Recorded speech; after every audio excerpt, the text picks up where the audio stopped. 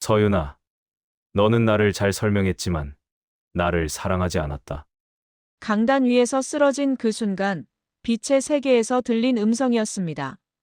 42세 신학 박사, 화려한 이력의 여성 목회자 박서윤. 그녀의 설교는 논리적이었고 완벽했으며 지적이었습니다. 미국 유명 신학교를 최우등으로 졸업한 그녀는 단기간에 400명의 성도를 모으며 떠오르는 목회자로 주목받았습니다. 하지만 성도들은 하나둘 떠나갔고 교회는 텅 비어갔습니다.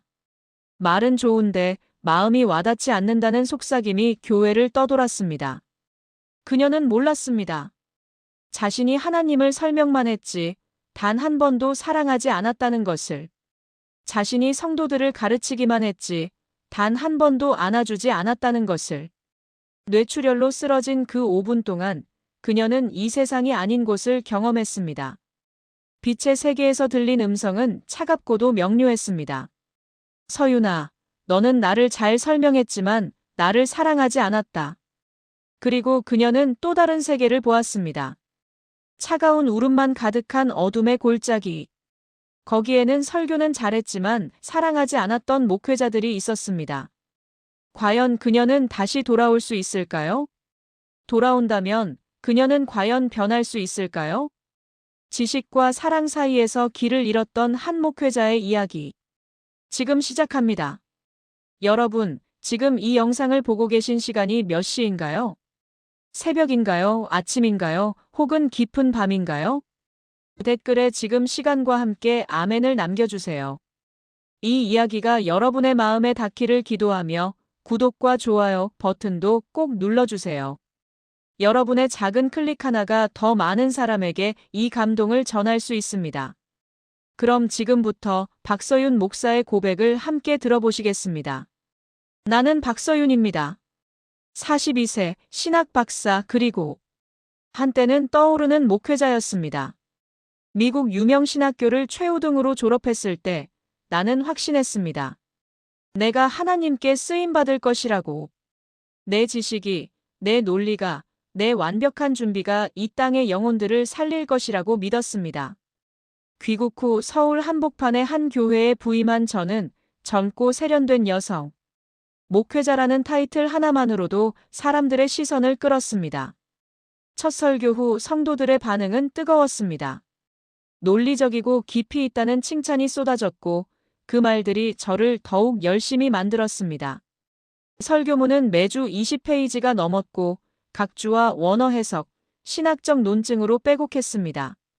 히브리어와 헬라어 원문을 분석하고 최신 주석서들을 섭렵하며 강단에 서기 전 나는 항상 완벽했습니다. 성도 수는 빠르게 늘었습니다. 100명에서 200명, 그리고 300명을 넘어섰습니다. 도시 중산층의 젊은이들이 몰려왔고 그들은 지적인 설교와 세련된 예배를 원했습니다. 나는 그 모든 것을 제공했습니다. 하지만 시간이 지나면서 이상한 조짐들이 보이기 시작했습니다. 예배 후 성도들과 악수를 나눌 때 그들의 손이 점점 차가워지는 것 같았습니다. 눈빛에서 온기가 사라지고 있었습니다. 몇몇 성도들의 얼굴에는 미묘한 실망감 같은 것이 스쳐 지나갔습니다. 어느 날 얼굴이 창백하고 눈가가 붉은 한 집사님이 찾아왔습니다. 남편이 사업 실패로 우울증에 걸렸다며 떨리는 목소리로 기도를 부탁했습니다. 나는 익숙한 동작으로 욥기를 펼쳐 보이며 침착하게 설명했습니다. 고난은 하나님의 주권 안에 있으니 신앙의 깊이를 배우는 시간이라고 하나님을 신뢰해야 한다고 말했습니다. 집사님은 입술을 깨물며 잠시 서 계시다가 조용히 나가셨습니다. 그날 밤 제 휴대폰 화면에는 그 집사님의 메시지가 떠 있었습니다. 단 한 줄이었습니다. 나는 그 메시지를 읽고도 답장하지 않았습니다. 감정적으로 대응하면 안 된다고, 목회는 원칙이 중요하다고 스스로에게 말했습니다. 그리고 다시 책상 앞에 앉아 다음 주 설교를 준비했습니다. 신학 서적들이 책상 위에 가득했고 형광펜으로 그은 줄들이 빼곡했습니다. 노트북 화면에는 히브리어 단어들이 나열되어 있었고 참고 문헌 목록은 끝없이 이어졌습니다. 모든 것이 완벽했습니다. 하지만 그 어디에도 온기는 없었습니다. 위로의 언어는 없었습니다. 그날 밤 새벽 2시, 나는 여전히 책상 앞에 앉아 있었습니다. 창밖으로 보이는 도시의 불빛들처럼 나는 밝았지만 차가웠습니다. 그렇게 작은 균열은 시작되었습니다. 교회는 계속 성장했습니다. 예배는 점점 더 세련되어 갔습니다. 찬양팀은 전문 뮤지션으로 구성했고 영상팀은 최신 장비를 갖췄습니다. 설교 슬라이드는 전문 디자이너가 제작했고 PPT 한 장 한 장에 심혈을 기울였습니다. 조명과 음향도 완벽하게 조율했고 예배당 입구에는 세련된 안내 데스크를 설치했습니다. 새신자를 위한 웰컴 키트도 준비했고 모든 것이 매뉴얼대로 진행되었습니다. 외형적으로는 모든 것이 완벽했습니다. 하지만 이상하게도 성도들의 얼굴에서 미소가 사라지기 시작했습니다. 예배 후 교제 시간이 점점 짧아졌고 사람들은 서둘러 집으로 돌아갔습니다. 예전처럼 강단 앞에 남아 기도하는 사람들도 줄어들었습니다. 예배당 로비에서 나누던 따뜻한 대화들도 점점 형식적으로 변해갔습니다. 어느 주일 예배 후 한 장로님이 제 사무실로 찾아오셨습니다. 평소와 달리 표정이 무거웠습니다. 조심스럽게 말씀하셨습니다. 평신도들과 대화 시간을 좀 더 가져보면 어떻겠냐고 성도들이 목사와 거리감을 느낀다고 말씀하셨습니다. 나는 부드럽게 웃으며 설교 준비에 집중해야 한다고 대화는 시간이 될 때 하겠다고 답했습니다. 장로님은 더 이상 말씀하지 않으시고 한숨만 쉬며 나가셨습니다. 그 후로도 성도들의 이탈은 계속되었습니다. 처음엔 한두 명이었습니다. 그러다 한 달에 5명, 10명으로 늘어났습니다. 다른 교회로 간다는 인사를 하러 오는 사람들의 얼굴에는 한결같이 미안함과 아쉬움이 섞여 있었습니다. 그들은 비슷한 말을 했습니다.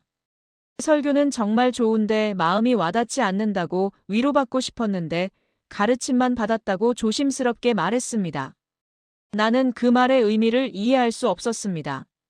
내가 얼마나 열심히 준비하는데 매주 20시간 이상 설교 준비하고 신학 서적 읽고 원어 성경을 분석하고 기도하는데 무엇이 부족하다는 걸까요? SNS에는 악플이 달리기 시작했습니다. 익명의 계정들이 하나둘 나타나 글을 남겼습니다. 현실 모르는 목회자, 머리로만 믿는 사람, 차가운 목사.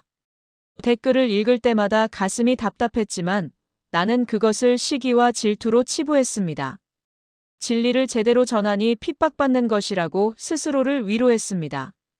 남편과의 대화도 점점 줄어들었습니다. 밤늦게 집에 돌아오면 남편은 이미 잠들어 있었고 아침 일찍 나가면 남편은 아직 자고 있었습니다.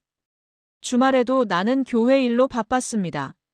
설교 준비, 장로회의, 각종 행사 기획. 남편이 가끔 걱정스러운 눈으로 바라봤지만 나는 그 눈빛을 외면했습니다. 어느 금요일 저녁 남편이 조심스럽게 물었습니다. 요즘 너무 예민해진 것 같다고 성도들 말에도 좀 귀 기울여 보면 어떻겠냐고. 나는 노트북에서 눈을 떼지 않은 채 날카롭게 대답했습니다. 당신은 목회가 얼마나 힘든지 모른다고. 나는 진리를 지키는 것뿐이라고. 남편은 더 이상 말하지 않고 한숨만 쉬며 방으로 들어갔습니다. 어느 주일 예배 중이었습니다. 찬양 시간에 뒷좌석에 앉아있던 한 성도가 눈물을 닦으며 조용히 자리를 떠났습니다. 나는 강단에서 그 모습을 지켜봤습니다. 하지만 아무런 감정도 느끼지 못했습니다. 그저 또 약한 신앙이구나 하는 생각만 들었습니다. 마음이 움직이지 않았습니다. 발걸음을 옮기고 싶은 충동도 일어나지 않았습니다.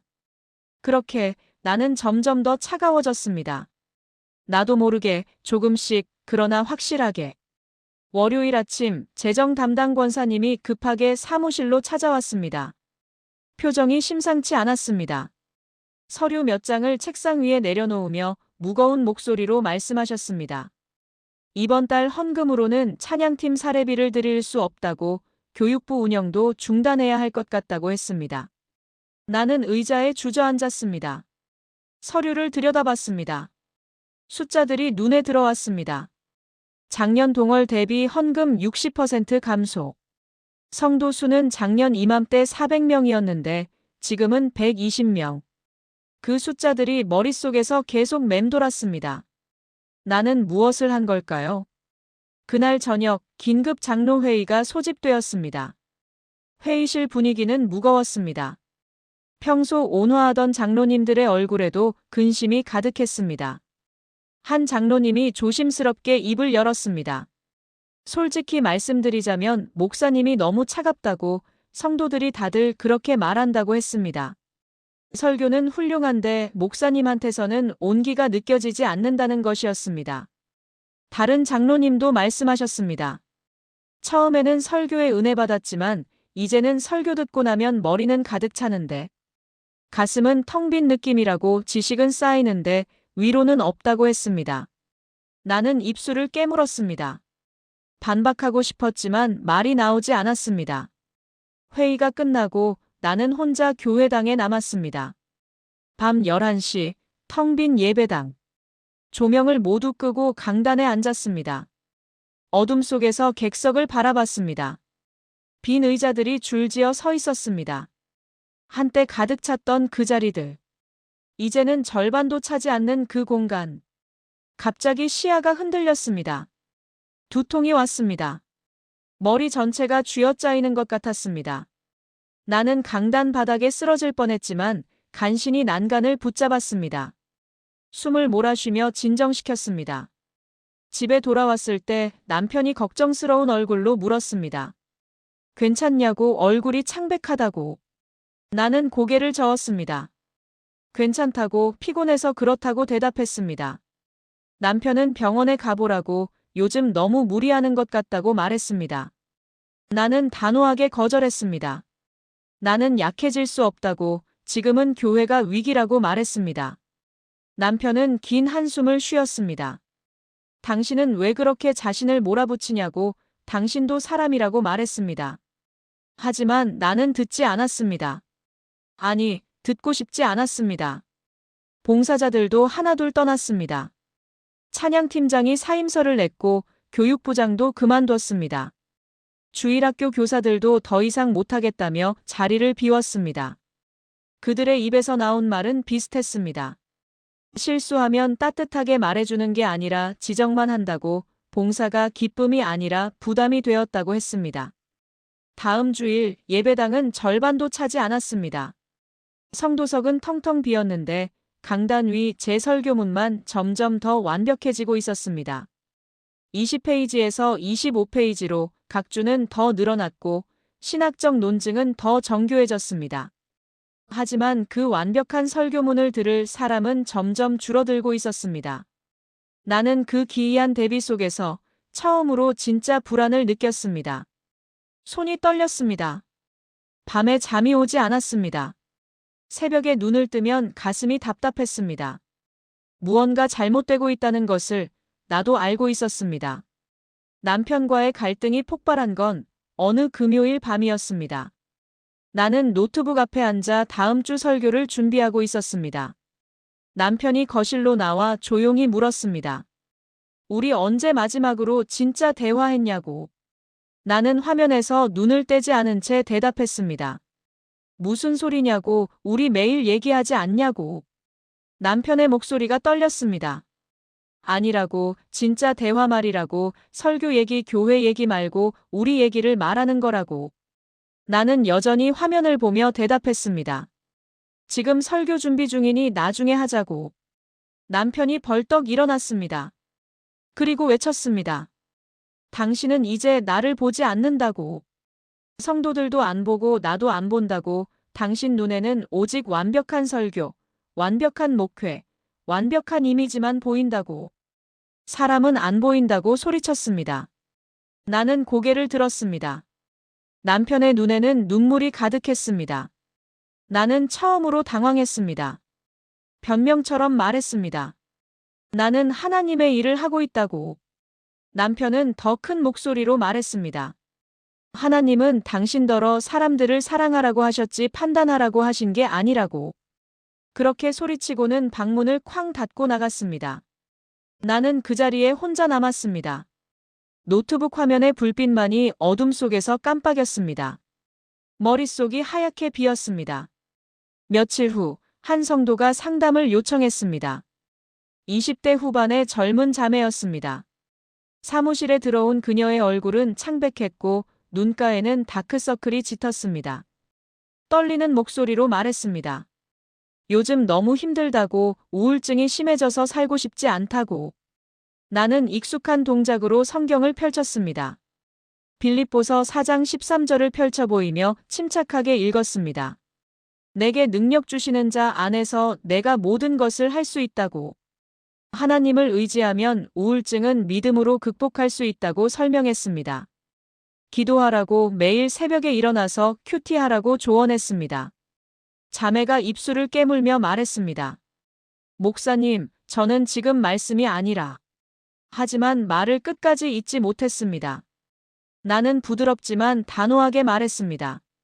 말씀이 가장 중요하다고, 말씀 안에 모든 답이 있다고. 자매는 고개를 숙인 채 작게 대답했습니다. 네, 목사님. 그리고 일어나 나갔습니다. 그 자매는 다음 주일부터 교회에 나오지 않았습니다. 일주일 후 다른 성도를 통해 들었습니다. 그 자매가 다른 교회로 옮겼다고. 거기 목사님이 자신의 이야기를 들어주고 함께 울어줬다고. 그 소식을 들었을 때 나는 미세하게 흔들렸습니다. 가슴 한 구석이 묘하게 아팠습니다. 내가 뭘 잘못한 거지? 그 질문이 머릿속을 스쳤습니다. 하지만 나는 그 질문을 깊이 파고들지 않았습니다. 대신 더 열심히 설교를 준비했습니다. 더 완벽한 논리, 더 정확한 해석, 더 깊은 신학으로. SNS 댓글은 점점 더 공격적이 되었습니다. 익명의 계정들이 늘어났고 글들은 날카로워졌습니다. 저 목사 진짜 차갑다. 설교는 좋은데 사람은 최악. 교회 망하는 중. 밤마다 그 댓글들을 읽었습니다. 읽지 말아야 한다는 걸 알면서도 계속 읽었습니다. 그리고 분노했습니다. 장로회의가 다시 열렸습니다. 이번에는 분위기가 더 무거웠습니다. 장로님들이 차례로 말씀하셨습니다. 성도들이 계속 떠나고 있다고, 뭔가 변화가 필요하다고, 목사님이 좀 더 부드러워져야 할 것 같다고. 나는 날카롭게 반문했습니다. 부드럽다는 게 무슨 뜻이냐고, 진리를 타협하라는 말이냐고. 장로님들은 고개를 저었습니다. 그게 아니라고, 다만 사람도 중요하다고. 하지만 나는 듣지 않았습니다. 단호하게 말했습니다. 저는 제 방식대로 하겠다고. 그날 밤 설교 준비를 하던 중 손이 떨리기 시작했습니다. 컵을 들려다 떨어뜨렸습니다. 물이 쏟아지며 책상 위 논문들을 적셨습니다. 나는 그 모습을 멍하니 바라봤습니다. 책상 위에는 방대한 신학 서적, 논문, 주석들이 가득했습니다. 수백 페이지의 지식이 쌓여 있었습니다. 하지만 단 한 줄의 위로 문장도 없었습니다. 단 한마디의 따뜻한 말도 없었습니다. 나는 그 순간 처음으로 진짜 두려움을 느꼈습니다. 어느 주일 오후 떠났던 한 성도가 다시 찾아왔습니다. 6개월 전에 교회를 떠난 청년이었습니다. 20대 중반 회사에서 부당해고를 당했을 때 제게 상담받으러 왔던 그 청년. 그가 사무실 문을 조심스럽게 두드렸습니다. 나는 놀라며 맞이했습니다. 청년은 의자에 앉으며 깊게 숨을 들이쉬었습니다. 그리고 말을 시작했습니다. 6개월 전 교회 떠날 때 정말 힘들었다고, 오늘 용기 내서 찾아왔다고. 저에게 상담받으러 왔을 때를 기억하냐고 물었습니다. 나는 고개를 끄덕였습니다. 청년은 계속 말했습니다. 그때 자신은 목사인 저에게 함께 울어주기를, 아니면 그냥 손 한 번 잡아주기를 바랐다고. 근데 저는 하나님의 계획이 있을 거라고, 욥처럼 인내하라고만 했다고. 자신은 지식이 아니라 자신을 좀 봐달라는 마음이었다고 말했습니다. 청년의 목소리가 떨렸습니다. 지금 다른 교회 다니는데 거기 목사님은 설교가 저만큼 논리적이지 않지만 자신을 봐준다고. 이름을 불러주고 안아준다고 했습니다. 그리고 조용히 물었습니다. 목회가 뭐냐고. 설교 잘하는 게 목회냐, 아니면 사람 사랑하는 게 목회냐고. 나는 대답할 수 없었습니다. 입이 떨어지지 않았습니다. 하지만 무너진 자존심이 먼저 반응했습니다. 차가운 목소리로 말했습니다. 그건 감정적인 요구라고, 저는 그런 방식의 목회를 하지 않는다고, 저는 말씀 중심의 목회를 한다고. 청년이 고개를 저었습니다. 말씀 중심이냐고, 예수님은 사람들을 만지시고 안아주시고 함께 우셨다고, 그게 말씀 아니냐고 되물었습니다. 나는 입술을 깨물었습니다. 그리고 낮게 말했습니다. 나가달라고. 청년은 일어서며 마지막으로 말했습니다. 목사님, 언젠가는 깨달을 거라고, 목회는 설교가 아니라 사랑이라는 걸. 그렇게 말하고 울면서 나갔습니다. 나는 그 자리에 혼자 남아 오랫동안 움직이지 못했습니다. 창밖으로 해가 지고 있었습니다. 사무실이 점점 어두워졌지만 나는 불을 켜지 않았습니다. 그냥 어둠 속에 앉아 있었습니다. 그날 밤 나는 교회당으로 갔습니다. 새벽 1시. 텅 빈 강단에 무릎을 꿇었습니다. 기도하려 했습니다. 손을 모으고 눈을 감았습니다. 하지만 기도가 한마디도 나오지 않았습니다. 입이 열리지 않았습니다. 마음이 막혔습니다. 목이 메었지만 눈물도 나오지 않았습니다. 나는 그 자리에서 1시간을 꿇어 앉아 있었습니다. 하지만 단 한마디의 기도도 올라가지 않았습니다. 새벽 2시, 나는 강단에 그대로 앉아 텅 빈 객석을 바라봤습니다. 그리고 혼잣말처럼 중얼거렸습니다. 하나님, 왜 아무것도 느껴지지 않나요? 대답은 없었습니다. 텅 빈 예배당에는 내 목소리만 메아리 쳤습니다. 천장의 십자가가 어둠 속에서 희미하게 보였습니다. 나는 그 십자가를 바라보며 앉아 있었습니다. 무언가가 완전히 무너지고 있었습니다. 그것이 교회인지 목회인지 아니면 나 자신인지 알 수 없었습니다. 월요일 아침 재정 담당 권사님이 급하게 사무실로 달려왔습니다. 서류를 펼쳐 보이며 떨리는 목소리로 말씀하셨습니다. 이번 달 헌금으로는 찬양팀 사례비를 드릴 수가 없다고, 교육부 운영도 완전히 중단해야 할 것 같다고, 전기세와 수도세 고지서도 밀려 있다고 했습니다. 나는 서류를 받아들었습니다. 숫자들이 눈에 들어왔습니다. 작년 이맘때 400명이었던 성도가 지금은 120명. 헌금은 70% 감소. 적자는 매달 누적되고 있었습니다. 그날 저녁 긴급 당회가 열렸습니다. 회의실 분위기는 장례식장처럼 무거웠습니다. 장로님들의 표정에는 절망이 서려 있었습니다. 한 장로님이 무거운 침묵을 깨고 말씀하셨습니다. 솔직히 말씀드리겠다고, 목사님이 너무 차갑다고. 성도들이 다들 그렇게 말한다고. 설교는 훌륭한데 목사님한테서는 온기가 느껴지지 않는다고 했습니다. 다른 장로님도 거들었습니다. 처음엔 설교에 은혜 받았지만 이제는 설교 듣고 나면 머리는 가득 차는데, 가슴은 텅 빈 느낌이라고, 지식은 쌓이는데 위로는 없다고 말씀하셨습니다. 또 다른 장로님은 더 직설적이었습니다. 목사님 표정이 너무 차갑다고, 성도들이 무서워한다고. 상담하러 갔다가 더 상처받고 나온다고 했습니다. 나는 아무 말도 할 수 없었습니다. 변명하고 싶었지만 입이 떨어지지 않았습니다. 회의가 끝나고 밤 11시, 나는 혼자 교회당에 남았습니다. 모든 조명을 끄고 강단에 앉았습니다. 칠흑 같은 어둠 속에서 빈 객석을 바라봤습니다. 수백 개의 빈 의자들. 한때 사람들로 가득 찼던 그 자리들. 갑자기 두통이 왔습니다. 머리 전체가 쥐어짜이는 것 같았습니다. 시야가 흔들렸고 어지러웠습니다. 나는 강단 바닥을 짚으며 간신히 버텼습니다. 심장이 빠르게 뛰었고 식은땀이 흘렀습니다. 몇 분 후 증상이 가라앉았습니다. 하지만 불안은 가라앉지 않았습니다. 집에 돌아왔을 때 남편이 거실에서 기다리고 있었습니다. 내 얼굴을 보더니 깜짝 놀라며 물었습니다. 얼굴이 왜 그렇게 창백하냐고, 당장 병원 가야 한다고. 나는 고개를 저었습니다. 괜찮다고, 그냥 피곤해서 그렇다고. 남편은 간곡하게 말했습니다. 요즘 너무 무리한다고 쓰러지기 전에 병원에 가보라고. 나는 단호하게 거절했습니다. 나는 약해질 수 없다고. 지금 교회가 무너지고 있는데 내가 쓰러질 수 없다고. 남편은 긴 한숨을 쉬며 말했습니다. 교회보다 당신 몸이 더 중요하다고. 하지만 나는 듣지 않았습니다. 봉사자들이 계속 떠났습니다.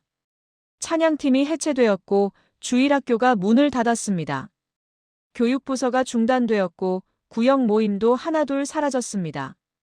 교회는 빠른 속도로 무너지고 있었습니다. 나는 더욱 완벽주의에 집착했습니다. 설교 준비 시간을 더 늘렸습니다. 20시간에서 30시간으로. 밤을 새워가며 원어 성경을 분석했고 신학 논문을 읽었습니다. 하지만 설교를 들을 사람은 점점 줄어들었습니다. 다음 주 수요일 새벽 예배. 성도는 단 7명이었습니다. 예배당 앞쪽에 옹기종기 모여 앉은 7명. 나는 강단에 섰습니다. 오늘 본문은 요한복음 15장, 포도나무 비유였습니다. 설교를 시작했습니다. 사랑하는 성도 여러분, 예수님께서 말씀하신 포도나무의 의미는? 말을 하던 중 갑자기 시야가 뿌옇게 흐려졌습니다. 글씨가 보이지 않았습니다. 성도들의 얼굴이 흔들렸습니다. 나는 잠시 멈췄습니다. 심호흡을 하고 다시 시작했습니다. 포도나무에 붙어 있지 않으면. 하지만 말이 꼬였습니다. 혀가 제대로 움직이지 않았습니다. 단어들이 뒤섞였습니다. 성도들이 놀란 표정으로 일어섰습니다. 목사님 괜찮으시냐고 물었습니다. 나는 강단 난간을 붙잡았습니다. 하지만 손에 힘이 들어가지 않았습니다. 다리가 풀렸습니다. 무릎이 꺾였습니다. 그대로 쿵 하는 소리와 함께 강단 위에 쓰러졌습니다. 마지막으로 들린 건 성도들의 비명이었습니다. 그리고 어둠이 나를 삼켰습니다. 구급차 사이렌 소리가 희미하게 들렸습니다. 응급실 천장의 형광등이 빠르게 지나갔습니다. 의료진의 급박한 목소리들이 들렸습니다. 뇌출혈이라고, 골든타임 5분이라고, 심폐소생술 시작하라고 외쳤습니다. 남편의 울음소리가 멀리서 들려왔습니다. 하지만 나는 더 이상 그 소리들에 반응할 수 없었습니다. 나는 다른 곳에 있었습니다. 빛. 무한한 빛이었습니다. 눈이 부셨지만 눈을 감을 수 없었습니다. 아니, 눈이라는 것 자체가 없었습니다. 몸도 없었습니다. 나는 그저 의식이었습니다. 존재 그 자체였습니다. 이곳은 조용했습니다. 아니, 소리가 없는 게 아니었습니다. 모든 소리가 하나의 언어로 들렸습니다. 사랑이라는 언어. 모든 것이 사랑으로 말하고 있었습니다. 지식이 필요 없었습니다. 논리도 필요 없었습니다. 설교도 신학도 학위도 이력도 아무 의미가 없었습니다. 오직 사랑만이 언어가 되는 세계였습니다. 그때 목소리가 들렸습니다. 부드러웠지만 동시에 날카로웠습니다. 따뜻했지만 동시에 차가웠습니다. 온 우주를 감싸는 것 같은 그 음성. 서윤아. 그 음성에 나는 떨렸습니다. 온 존재가 전율했습니다. 서윤아, 너는 나를 잘 설명했다. 그 말에 나는 기뻤습니다. 그래, 나는 하나님을 잘 설명했어. 논리적으로, 신학적으로, 정확하게. 하지만 다음 말이 나를 얼어붙게 했습니다. 하지만 너는 나를 사랑하지 않았다. 너는 성도들에게 나를 가르쳤지만 나를 보여주지 않았다. 너는 나를 설명했지만 나를 나누지 않았다. 너는 나의 이름으로 일했지만 나의 마음으로 하지 않았다. 빛이 점점 강렬해졌습니다. 그 빛 속에서 내 인생이 파노라마처럼 펼쳐졌습니다. 설교 준비하는 모습이 보였습니다. 완벽했습니다. 논리도 구조도 신학도 완벽했습니다. 하지만 그 얼굴에는 기쁨이 없었습니다. 사랑이 없었습니다. 성도를 상담하는 모습이 보였습니다. 정확했습니다. 성경 구절도 조언도 신학적으로 정확했습니다. 하지만 그 눈에는 눈물이 없었습니다. 공감이 없었습니다. 예배드리는 모습이 보였습니다. 질서정연했습니다. 완벽하게 짜인 순서, 흐트러짐 없는 진행. 하지만 그 마음에는 뜨거움이 없었습니다. 열정이 없었습니다. 남편을 대하는 모습이 보였습니다. 차갑게 돌아서는 뒷모습. 대화를 거부하는 모습. 눈물 흘리는 남편을 외면하는 모습. 떠나는 성도들을 바라보는 모습이 보였습니다. 무표정한 얼굴. 아무런 감정도 느끼지 못하는 텅 빈 눈빛. 나는 그 모든 장면을 보며 처음으로 울기 시작했습니다. 이 세계에서는 눈물이 실체가 되었습니다. 후회와 슬픔이 형체를 이루며 쏟아졌습니다. 내가 흘리지 않았던 모든 눈물이 한꺼번에 터져나왔습니다. 주님, 저는 몰랐습니다. 너는 알았다. 하지만 외면했다. 그 말이 정확했습니다. 나는 알고 있었습니다. 성도들이 원하는 게 설교가 아니라 사랑이라는 걸. 하지만 사랑은 완벽하게 제어할 수 없었기에 나는 설교를 선택했습니다. 사랑은 예측할 수 없었기에 나는 지식을 선택했습니다. 주님, 용서해 주십시오. 저는 빛이 조금 부드러워졌습니다. 서윤아, 너에게 한 번의 기회를 더 주겠다. 돌아가거라. 그리고 이번에는 사랑하라. 설명하지 말고 사랑하라. 가르치지 말고 안아주라. 판단하지 말고 울어주라. 빛이 점점 밝아졌습니다. 한 영혼을 진심으로 사랑하는 것이 1000명에게 완벽한 설교를 하는 것보다 낫다. 그 마지막 말과 함께 빛이 폭발했습니다. 빛이 사라지자 나는 어둠 속에 있었습니다. 하지만 이 어둠은 빛보다 더 무서웠습니다. 뜨거운 불도 없었고 사탄도 없었습니다. 유황 냄새도 비명도 없었습니다. 오직 울음소리만 가득했습니다. 차갑고 공허한 끝없는 울음소리. 나는 그 어둠 속을 걸었습니다. 아니, 걷는다는 표현이 맞는지도 모르겠습니다. 그저 움직였습니다. 울음소리가 사방에서 들려왔습니다. 제발, 누가 저 좀 봐주세요. 저는 설교는 잘했는데 왜 아무도 저를 사랑하지 않죠? 하나님, 제가 뭘 잘못했나요? 목회자들이었습니다. 모두 설교는 잘했지만 사랑하지 않았던 목회자들. 지식은 많았지만 온기가 없었던 사람들. 완벽했지만 차가웠던 이들. 나는 그 사이를 지나갔습니다. 그들의 울음이 내 안으로 스며들었습니다. 그때 익숙한 목소리가 들렸습니다. 목사님, 저 좀 봐주세요. 6개월 전 떠났던 그 집사님이었습니다. 남편이 사업 실패로 우울증에 걸렸다던 그분. 그분의 목소리가 어둠 속에서 울려 퍼졌습니다. 목사님, 저 그때 정말 힘들었어요. 근데 목사님은 욥기 얘기만 하셨잖아요. 저는 그냥 안아달라고만 했는데. 그게 그렇게 어려운 일이었나요? 죄송합니다. 정말 죄송합니다. 다른 목소리가 들렸습니다. 부당해고 당했던 그 청년. 목사님, 저 지금도 아파요. 목사님이 저를 안 봐주셔서. 저는 사람이었는데 목사님 눈에는 그냥 상담 케이스였나 봐요. 아니야. 미안해. 또 다른 목소리들이 쏟아졌습니다. 내가 외면했던, 내가 약한 신앙이라고 판단했던, 내가 감정적이라고 거부했던 모든 성도들의 목소리. 목사님, 왜 우리를 안 봐주셨어요? 목사님, 우리도 사람이었어요. 목사님, 우리는 설교가 아니라 사랑이 필요했어요. 나는 그 자리에 무릎 꿇고 울부짖었습니다. 이곳에서는 눈물이 실제로 흘렀습니다. 뜨거운 눈물이 끝없이 쏟아졌습니다. 주님, 제발 저를 용서해 주십시오. 저는 단 한 사람도 제대로 사랑하지 못했습니다. 저는 목회자가 아니었습니다. 저는 그냥 교만한 지식인이었을 뿐입니다. 어둠 속에서 계속 울었습니다. 얼마나 울었는지 모릅니다. 시간이라는 개념이 없는 곳이었습니다. 그 순간 빛이 다시 나타났습니다. 작지만 따뜻한 빛이 어둠을 뚫고 들어왔습니다. 그 빛이 나를 감쌌습니다. 서윤아, 이제 알겠느냐? 네. 주님, 이제 알겠습니다. 이제야 내가 상처 준 사람들이 얼마나 아파했는지, 내가 외면한 영혼들이 얼마나 울었는지 이제 아느냐? 네. 알겠습니다. 너무 늦게 알았습니다. 늦지 않았다. 돌아가거라. 그리고 한 영혼을 사랑하라. 단 한 명이라도 진심으로. 빛이 점점 강렬해졌습니다.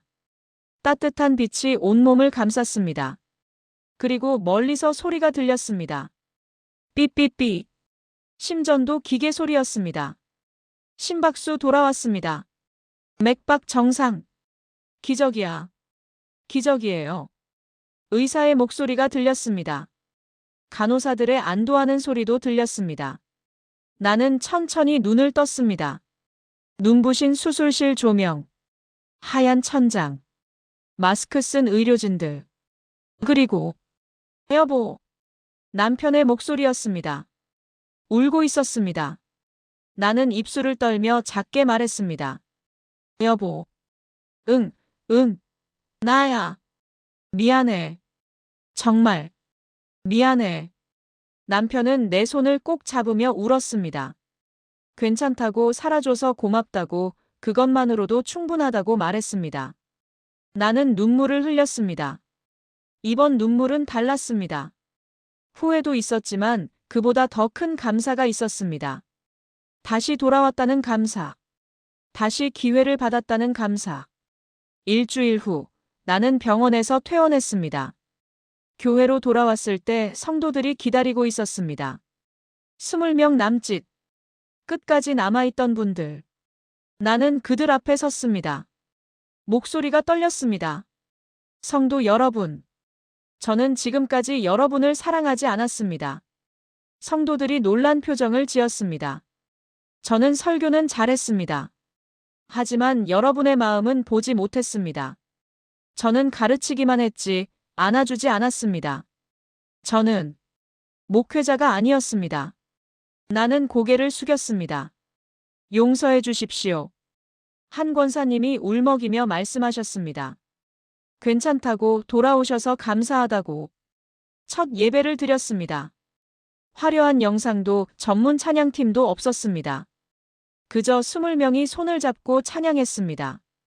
피아노 반주에 맞춰 부르는 소박한 찬양. 설교 시간이 되었습니다. 나는 준비한 설교문을 덮었습니다. 오늘은 준비한 설교를 하지 않겠습니다. 성도들이 의아해했습니다. 저는 지난주 죽음 직전에 하나님을 만났습니다. 나는 눈물을 흘리며 고백했습니다.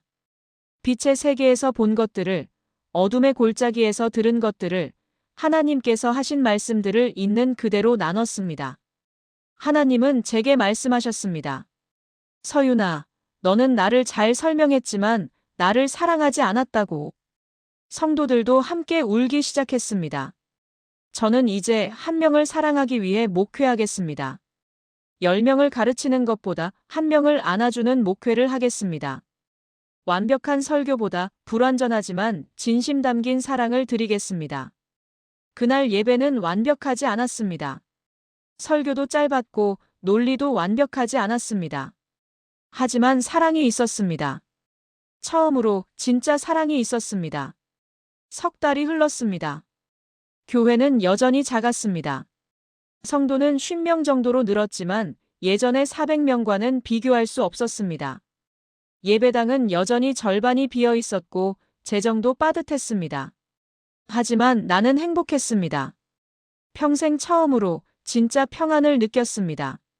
매주 한 명씩 성도들을 직접 찾아가 식사를 함께 했습니다. 그들의 이야기를 들었습니다. 논리로 답하지 않고 그냥 들어주었습니다. 때로는 함께 울었습니다. 설교 준비는 줄었지만 사람을 만나는 시간은 늘었습니다. 설교도 변했습니다. 20페이지에서 5페이지로 줄었습니다. 신학 용어도 줄었고 원어 해석도 줄었습니다. 대신 제 경험과 고백이 들어갔습니다. 눈물이 담겼고 떨림이 담겼습니다. 성도들의 얼굴이 달라졌습니다. 예배 후 머물러 기도하는 사람들이 늘었습니다. 로비에서 나누는 대화에 웃음이 돌아왔습니다.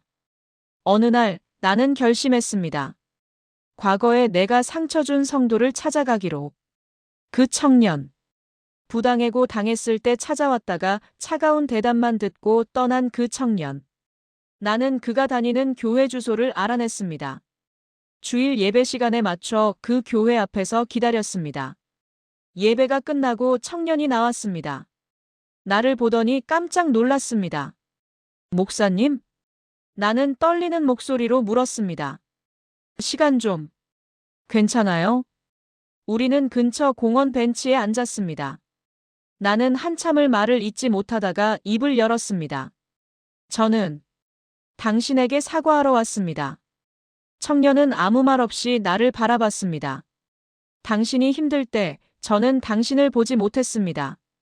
욥기 말씀만 전하고 당신의 아픔은 외면했습니다.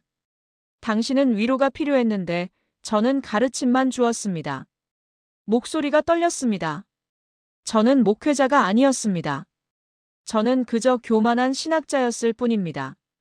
당신을 사람으로 보지 않고 상담 케이스로만 봤습니다.